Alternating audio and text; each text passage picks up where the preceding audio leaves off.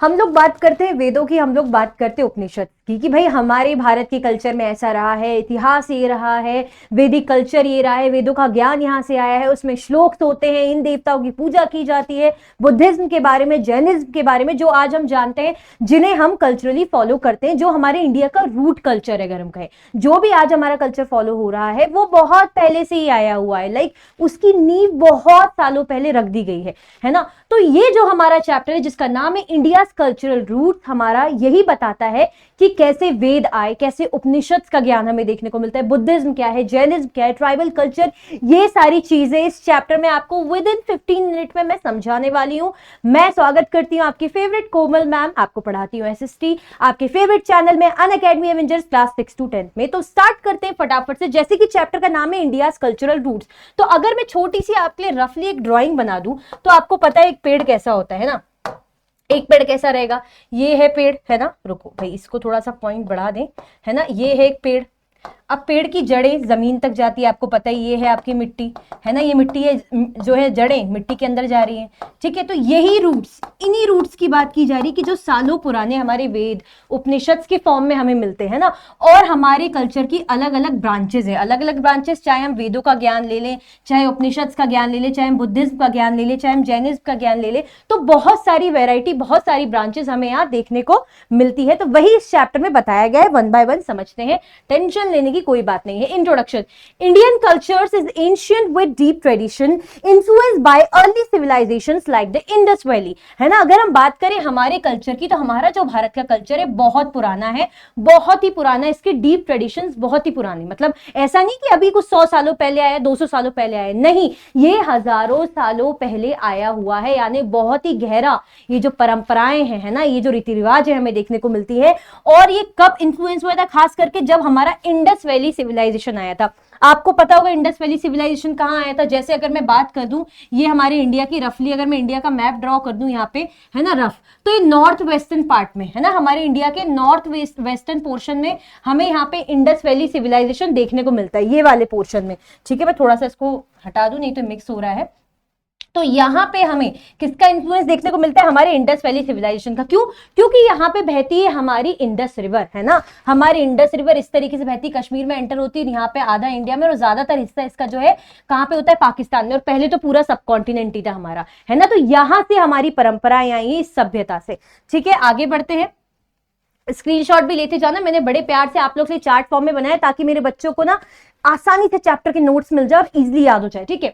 Vedas and वैदिक culture, 4 Vedas, अगर हम बात करें हमारे 4 वेद होते हैं, ठीक है, 4 वेद होते हैं, पता होना चाहिए, ऋग्वेद, यजुर्वेद, सामवेद, अथर्ववेद। बेसिकली वेदा का मतलब क्या होता है, वेदा की अगर हम बात करें तो इसका मतलब क्या होता है, नॉलेज, नॉलेज, यानी इसका मतलब होता है विद्या, ठीक है। ये हमें क्या देता है, इसका लिटरल मीनिंग अगर हम बात करें विद्या होता है, विद जिसे हम बोलते हैं। तो 4 हमारे वेदा होते हैं, ऋग्वेद, यजुर्वेद, सामवेद, अथर्ववेद। ये कैसे पास डाउन हुए, यहाँ पे आपने कोई बुक नहीं पढ़ी, आपने किसी को बताया, यहाँ पे ओरल फॉर्म में पास डाउन हुए। तो ये बहुत इंपॉर्टेंट है वेदों के बारे में जानना कि हमारे जो वेद हैं ये कैसे पास हुए, ओरल फॉर्म में, है ना। उसके बाद ये बहुत सालों बाद लिखना स्टार्ट हुए, मतलब अगर मुझे अपने बच्चों को कुछ बताना हो, किसी को बताना हो, तो मैंने ओरली बताया, फिर उन्होंने दूसरे को ओरली बताया, इस तरीके से पूरी चीजें चली हैं, ठीक है। काफी सालों बाद इन्हें लिखा गया था।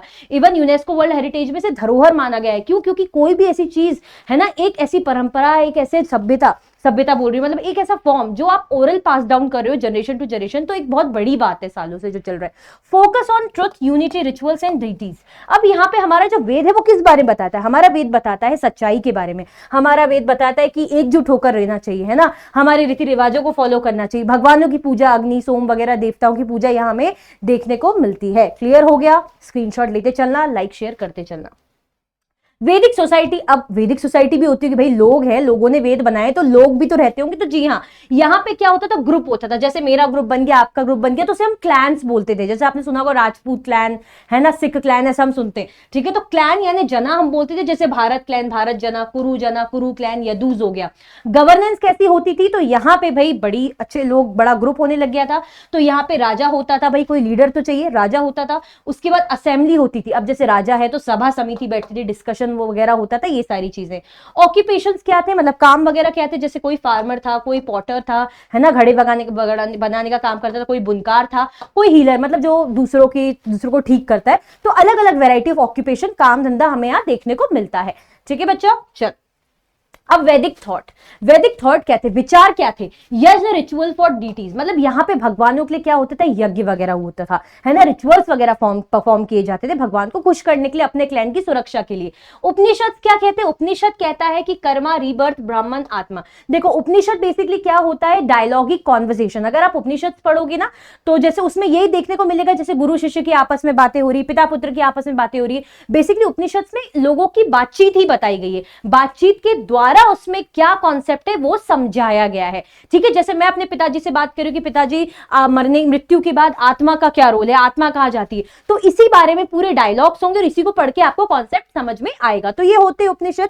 ठीक है, उपनिषद किस बारे में बात करता है, कर्मों के बारे में, कि भाई आपके कर्म, आपके एक्शंस बहुत इंपॉर्टेंट रोल प्ले करते हैं। ठीक है, रीबर्थ के बारे में कि भाई मतलब दोबारा जन्म होता है, रीबर्थ होता है ना। ब्रह्मांड के बारे में बात की जाती है, हमारी जो है यूनिवर्स की बात की जाती है, आत्मा की बात की जाती है, सोल के बारे में यहाँ पे बताया जाता है। वेदांता का भी है यही मतलब है, everything is one divine essence, मतलब सब कुछ एक ही है जी, सब कुछ एक है। मतलब आप जो कहते हो कि ये अलग है वो अलग है, सारे भगवान, सारी सोच, आत्मा, है ना, सारी सब कुछ चीज एक ही उसमें है। ठीक है, तो ये अच्छे अच्छे ज्ञान हमें यहाँ पे देखने को मिलते हैं। क्लियर हो गया बच्चा, ये हमारे वैदिक थॉट है। ठीक है, नाउ बुद्धिज्म। अब बुद्धिज्म का भी रोल यहाँ पे देखने को मिलता है। देखो गौतम बुद्ध क्या थे भाई, प्रिंस थे, क्षत्रिय क्लैन के थे। ठीक है, मेरा क्वेश्चन आपसे है कि जो भगवान बुद्ध थे उनका जन्म किस स्थान पे हुआ था। प्लीज इट्स अ रिक्वेस्ट, आप लोग जरूर कमेंट में आंसर कीजिए, मैं चेक करूंगी, जो भी कमेंट में आंसर करेगा नेक्स्ट क्लास में मैं उसका नाम बोर्ड पे जरूर लिखूंगी। ठीक है ना। चलो अब यहाँ पे क्या बोला जा रहा है बुद्ध के बारे में, तो जो हमारे उनका पहले नाम सिद्धार्थ गौतम था, वो क्षत्रिय क्लैन से थे, राजा के पुत्र थे, यानी खुद भी राजकुमार थे, बढ़िया शादी वादी हो गई थी, अच्छी जिंदगी जी रहे थे। एक बार वो घर के बाहर निकले अपने रथ में, तो उन्होंने देखा कि भाई एक बूढ़ा आदमी दिखा, उन्हें दिखा एक बीमार आदमी, उन्हें दिखा एक मृत शरीर, उन्हें दिखा एक साधु जो बिल्कुल पीसफुल मुद्रा में मेडिटेट कर रहा है, मेडिटेशन कर रहा है ना। तो उन्हें समझ में आया कि जिंदगी में दुख है ना, तो इस दुख का कारण क्या है, मतलब क्यों इंसान दुखी होता है, क्यों इंसान रोता है ना। तो उन्होंने ज्ञान लेने के लिए, पता करने के लिए अपना घर त्याग दिया, अपने बीवी बच्चों को त्याग दिया, सारी सुख सुविधाएं त्याग दी। Siddharth Gautam Buddha born in Lumbini. लो भाई क्वेश्चन तो आप बोलोगे मैम आप हमसे पूछ रहे हो, आंसर तो पीछे ही लिखा है। चलो कोई नहीं, अब लिखा है फिर भी लिख देना कमेंट में। अटेंड एनलाइटनमेंट इन बोध ज्ञान। इनको ज्ञान कहां हासिल हुआ, बहुत इंपॉर्टेंट जगह याद होना चाहिए, एक तो जन्म स्थान, दूसरा की ज्ञान कहां हासिल हुआ। देखो काफी दूर दूर तक चलते थे योगियों, साधु लोग थे उनसे मिलते थे, विद्वानों से मिलते थे, डिस्कशन होता था, फिर उन्होंने मेडिटेट करा सालों तक, उसके बाद बोध गया में वैसे मेडिटेट करते थे और वहां पे इन्हें ज्ञान हासिल हुआ। इन्होंने किस बारे में बताया, नॉन वायलेंस, भाई अहिंसा करो, किसी के साथ वायलेंस मत करो, चाहे आप मौखिक तौर पे किसी को कुछ गलत बोल रहे हो, चाहे फिजिकल तौर पे किसी पर अत्याचार कर रहे हो, नहीं करना है किसी भी जीव जंतु पे। सच्चाई की बात करते थे, सेल्फ डिसिप्लिन की बात करते थे कि क्या होता है अगर आप खुद को डिसिप्लिन रखो, है ना, ये अच्छी अच्छी चीजें सिखाते थे। तो बहुत अच्छी बात है जो हम आज फॉलो करते हैं, तभी हम सक्सेसफुल होते हैं। अब यहाँ पे एक और अगर मैं बात यहाँ पे बताऊं तो हमारे जो बुद्धिज्म में दो चीजें सीखने को मिलती है। इन्होंने बताया था कि कारण क्या है, मतलब अगर मैं बताऊं बुद्धिज्म में क्या बताए गए थे, रीजन, है ना, यहाँ पे रीजन क्या थे, तो एक था अगर हम बात करें अविद्या, है ना, अविद्या या जिसको हम बोलेंगे इग्नोरेंस, है ना, इग्नोरेंस।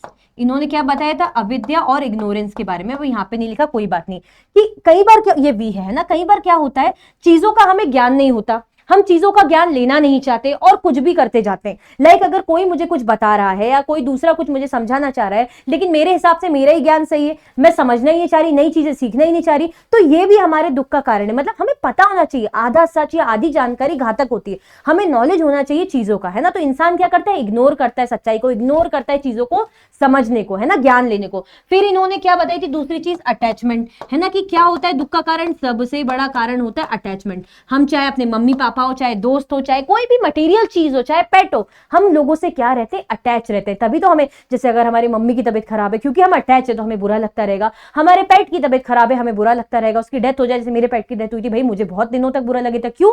क्योंकि मैं अटैच हूं। अगर मेरी कोई कीमती चीज टूट जाए जो मेरी बहुत प्रिय है, बहुत प्यारी है, उससे मेरा अटैचमेंट है, मुझे दुख होगा। मेरा दोस्त कहीं जो है, मेरी दोस्त कहीं बाहर अब्रॉड जॉब करने चले जाए, उसकी शादी हो जाए, उससे बात ना हो तो दुख होगा। तो यही कारण है दुख का, जो हमें बुद्ध भगवान बताते थे कि अविद्या, इग्नोरेंस और अटैचमेंट, ये दो रूट कॉज है हमारे जो है सफरिंग की। ठीक है, क्लियर हो गया। चलो आगे बढ़ते हैं, अब जैनिज्म पे आते हैं।